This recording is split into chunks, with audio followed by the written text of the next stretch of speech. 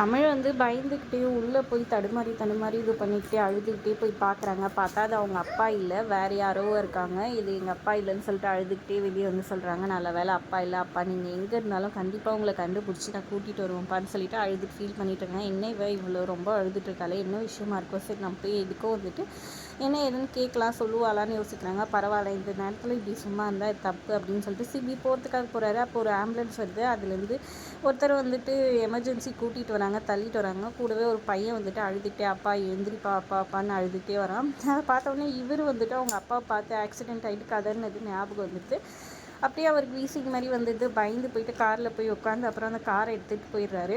நம்ம ஹீரோயின் பார்த்துட்டு என்ன இவன் இவ்வளோ கல்லேஞ்சக்காரனாக இருக்கானே, ஜனமாக்கு இப்படி ஒரு பேரனா, எவ்வளோ இதுவாக இருக்குது இந்த சமயத்தில் ஆறுதலாக இல்லைனா கூட என்னன்னு கூட கேட்கறதுக்கு இல்லாமல் இப்படி கிளம்பி போயிட்டானே அப்படின்னு செம்ம கடுப்பாயிடுறாங்க. அப்புறம் அவங்களும் அங்கே வந்து கிளம்பிடுறாங்க.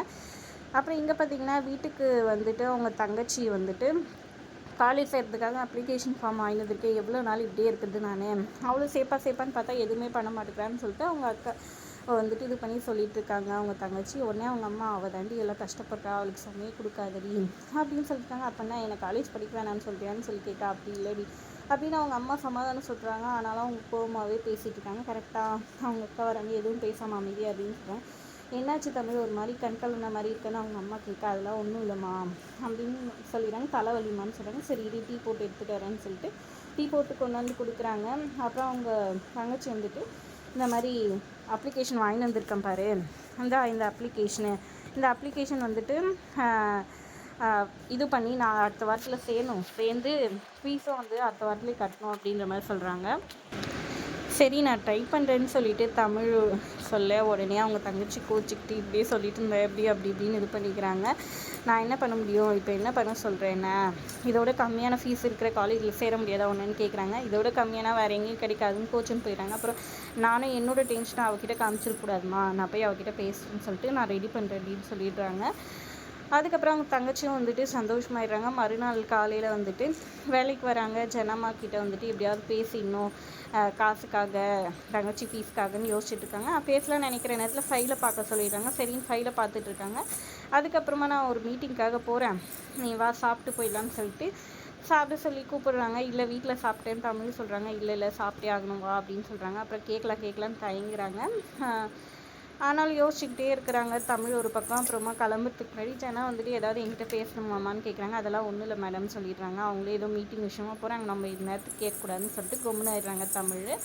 சரின்னு சொல்லிட்டு அவங்களும் ஒன்றும் இல்லைன்னு நினச்சிக்கிட்டு அங்கேருந்து போகிறாங்க. தமிழ் அப்படியே யோசிச்சுட்டு இருக்காங்க. அப்போ டைனிங் டேபிளில் அவங்க தங்கச்சி வந்து வாய்ஸ் மெசேஜ் அனுப்பிச்சிருப்பாங்க. அதை கேட்டுட்டு நான் வந்து எப்படியாவது ரெடி பண்ணுற பணத்தை அப்படின்ற மாதிரி வாய்ஸ் மெசேஜ் அனுப்புகிறாங்க. இதை வந்து சிபியோட அம்மா கேட்டுறாங்க. இதை வச்சு உன்னை பார்த்து காலி பண்ணுறேன் அப்படின்ற மாதிரி பிளானை போடுறாங்க. இன்னொரு பக்கம் வந்துட்டு சிபியோட தங்கச்சியும் அவங்க அத்தை பொண்ணும் வந்துட்டு பாட்டிக்கு போதை பற்றி பேசிகிட்டு இருக்காங்க. ஆனால் அவ்வளோ தூரம் போக முடியாது பாண்டிச்சேரிக்குன்னு சொல்லிட்டு இருக்கேன். பாண்டிச்சேரியில் இது பண்ணுறது இங்கேயே வந்துட்டு ஈசிஆர்லேயே வந்துட்டு சூப்பராக இது பண்ணுறாங்க. அது இதுன்னு சொல்லிட்டு வேணும்னே சிபியோட கேர்ள் ஃப்ரெண்ட் சொல்லிட்டு வராங்க. நீயும் வரியா அப்படின்னு சொல்லி கேட்க, நான் உடனே வரேன் அப்படின்ற மாதிரி அவங்களும் ஒத்துக்கிறாங்க. பாட்டி அது இதுன்னெல்லாம் போகக்கூடாது அப்படின்னு சொல்லிட்டு ஒரு பக்கம் நம்ம இவங்க சொல்லிடுறாங்க தமிழ். அதை கேட்டுட்டு நீ என்னடி எனக்கு சொல்கிறது, நான் போயே தீருவேன்ற மாதிரி அவங்க அத்தை பொண்ணு நிற்க, அவ கூட போய் நீ ஏன்டி செய்கிறேன்னு சொல்லிட்டு எல்லாருமே சொல்கிறாங்க. ஆனாலும் கேட்காம நான் பாட்டிக்கு போய் தான் தீருவேன் அப்படின்ற மாதிரியும் சொல்கிறாங்க.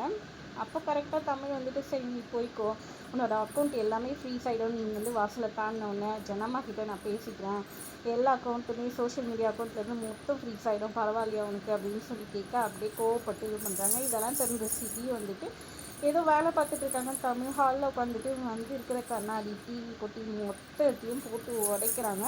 அப்போ ஜனமாவோட அந்த கூடையும் இட்லி இருக்கிற அந்த கூடை வந்துட்டு போட்டு உடைக்க பார்க்குறாரு. இவங்க கொண்டு வந்து அதை ப்ரொடெக்ட் பண்ணுறாங்க. அவங்க அடி வாங்கினாலும் பரவாயில்லன்ட்டு அந்த கூடையை வந்துட்டு ப்ரொடெக்ட் பண்ணுறாங்க தமிழ். அதோட எபிசோட் முடியுது.